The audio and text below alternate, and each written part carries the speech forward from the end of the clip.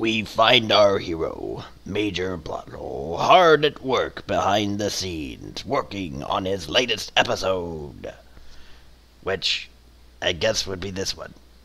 Let's see what he has planned for this marvelous episode. No, I refuse. I refuse to do this script. It's rubbish. Utter rubbish. What do you mean I wrote it? You insult me, sir. There's no way Oh, I did sign it. Either way, no one wants to hear about the paperweight and its impact on society. We're gonna do a different story. We're gonna do a story I want to do.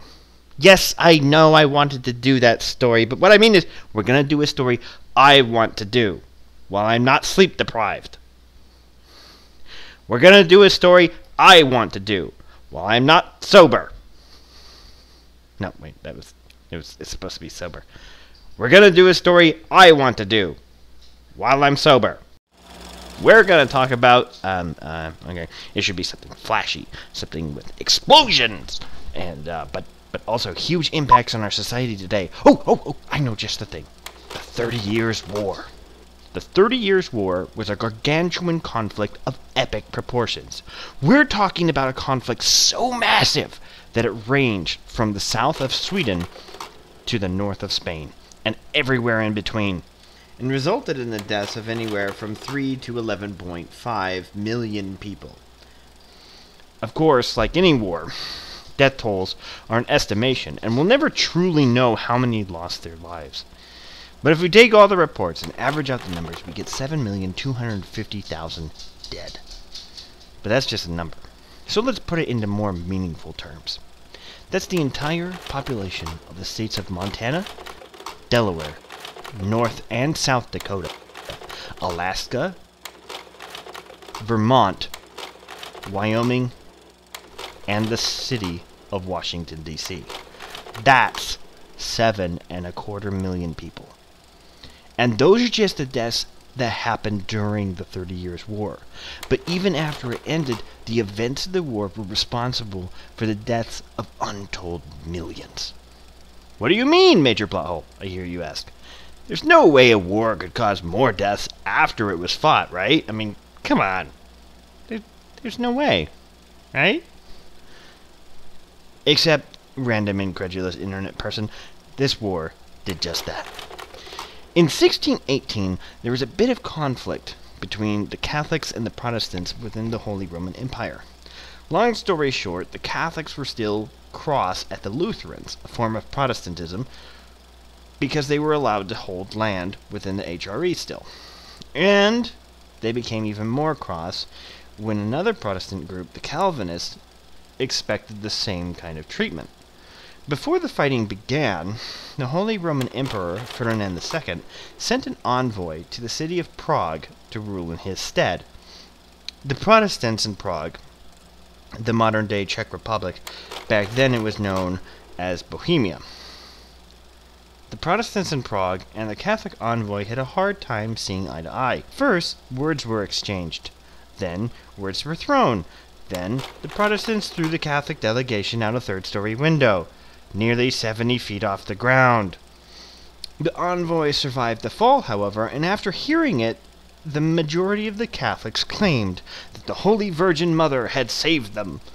Protestants, however, argued that the only reason why they survived was because there happened to be a pile of poop under the window.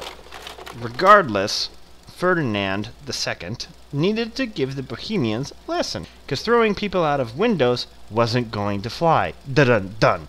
So he sent in his army. The Bohemians got their butts handed to them. And that's how the war started. From 1618 to 1621, it was mostly just the Catholic Spanish and a handful of Austrians beating the living crap out of Bohemia and the Eastern Germanies. But between 1621 and 1625, the Protestant Saxons and the rest of the Germanies tried to get involved and very quickly got their teeth kicked in. Then the King of Denmark, Christian IV, an upstanding Protestant, swooped in and was all, "Nuh-uh, no you don't," between the years 1625 and 1629, and the Holy Roman Empire took a giant metal glove and pimp-slapped in black and blue. So, of course, this paves way to the craptastic side of the war. Up until now, the war was being solely won by the Catholics. And then, in 1630, the Swedish king, Gustavus Adolphus, a highly pious Protestant man with a very keen knack for military tactics, was all, "No, this shall not do." but before he could join the fray, he knew he needed backing. Finances. Huge finances. So, he approached Cardinal Richelieu of France, which, if you don't know, cardinals are high-ranking members of Catholic Church, and France was a Catholic nation. But Cardinal Richelieu somehow convinced his king, Louis XIII, to give Gustavus the money he needed, which is beyond odd. Let me break it down in case you're lost. The Holy Roman Empire and Spain are both Catholic. They're fighting a holy war against the Protestants, which is what Sweden is. Then France, who is also Catholic, gives Sweden the money to fight his fellow Catholics. And I'll tell you why.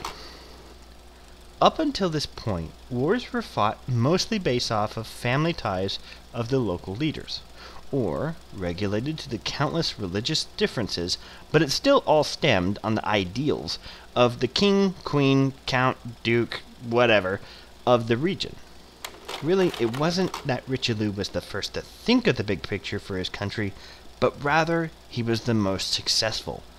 And, thanks to his way of thinking, we see a trend starting here. A trend that would later turn into what we call nowadays as nationalism. Don't believe me? Webster's defines nationalism as a feeling that people have of being loyal to and proud of their country, often with the belief that it is far better and more important than other countries.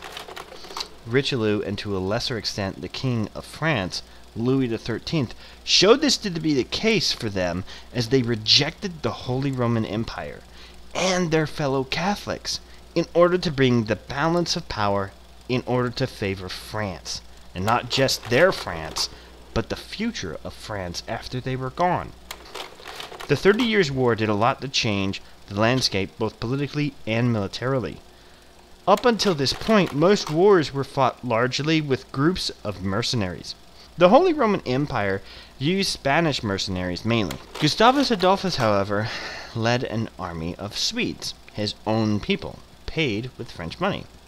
Back in the day when armies fought, they'd march on campaign, find a suitable spot, and throw their lines of men at each other, and whoever had the sturdier, better mercenaries won. But Gustavus used no mercenaries, and because of this, his overall forces deployed were outnumbered 5-1. To make up for this lack of brute strength, Gustavus used his wits. He thought outside the box. First, he had a dedicated paid regular army that was highly trained and drilled. They practiced often and were highly disciplined. They were also unified by their love for their king.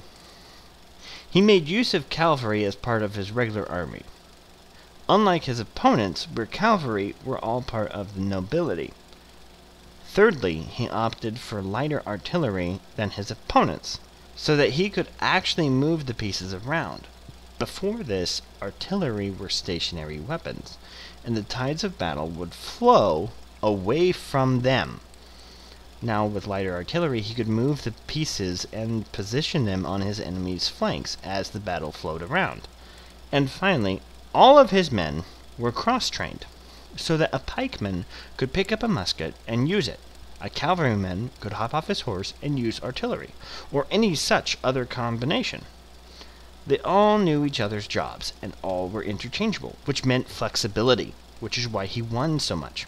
And he did win. A lot.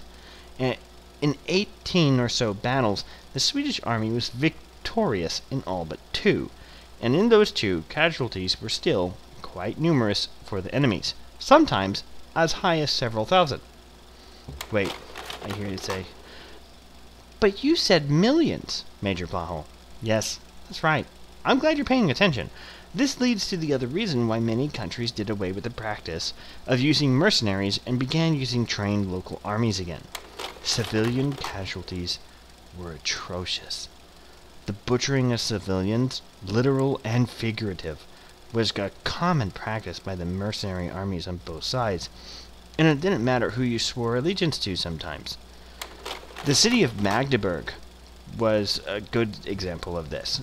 Under siege by Spanish mercenaries in May of 1631, and just before Swedish forces could get to it in time to aid them, the Spanish forces breached the gates.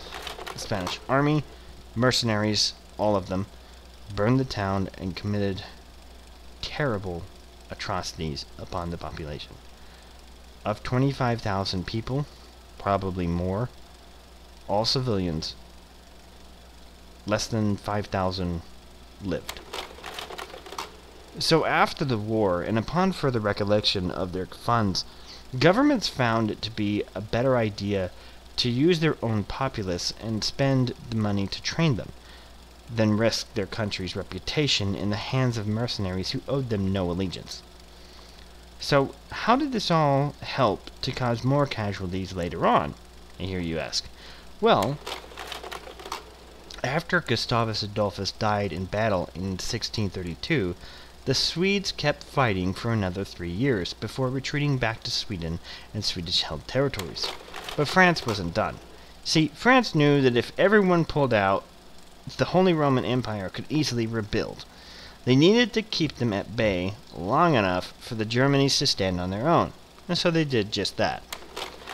There's that word again, Germanies. Geez, Major Plothole, I hear you say, rather cross with me. It's Germany, just one Germany. Sure, it is now, but back then it wasn't. Think back into the old Roman days, when Europe was a series of tribes.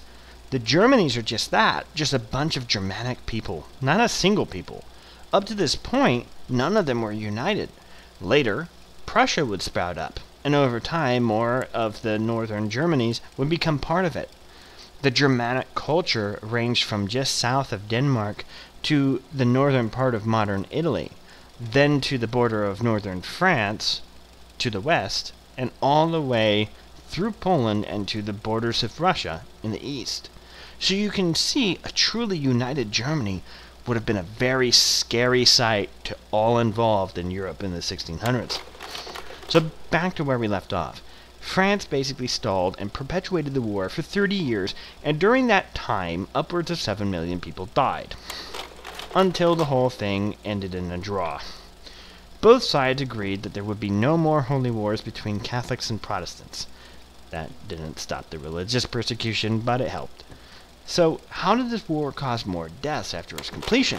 Well, France wanted to put more pressure on the Habsburgs, who were the ruling families of many of the Catholic nations at the time. France succeeded by helping form a strong Protestant nation in the Germanies, the city-state of Brandenburg, which would later be the capital for the country of Prussia. Prussia was, by design, handicapped. It was too weak to really do anything aggressive, but too strong to be trampled over. So it couldn't be bullied or pressured into doing whatever the Habsburgs wanted. However, over the next few centuries, it would grow into a dominating country, which put direct pressure on Austria, Poland, France, Spain, and pretty much everyone else. And then the day that many people had feared so much came to pass. A united Germany. Germany became united in just before World War I, really. And technically, Prussia was still technically a state within Germany. Then World War II came around, and Hitler and his National Socialist Party officially dissolved the Prussian Empire. And they used the centuries of hatred amassed by the German people to lash out at their neighbors. Over 17 million people died in World War I, and over 80 million people died in World War II. So yeah, the 30 Years' War helped set the pace for the warfare that would tear through Europe in the next 3 centuries. It also gave us the double-edged sword of nationalism and the advent of many of our modern warfare practices. But what do you think? Was the 30 Years' War a direct reason for the world wars?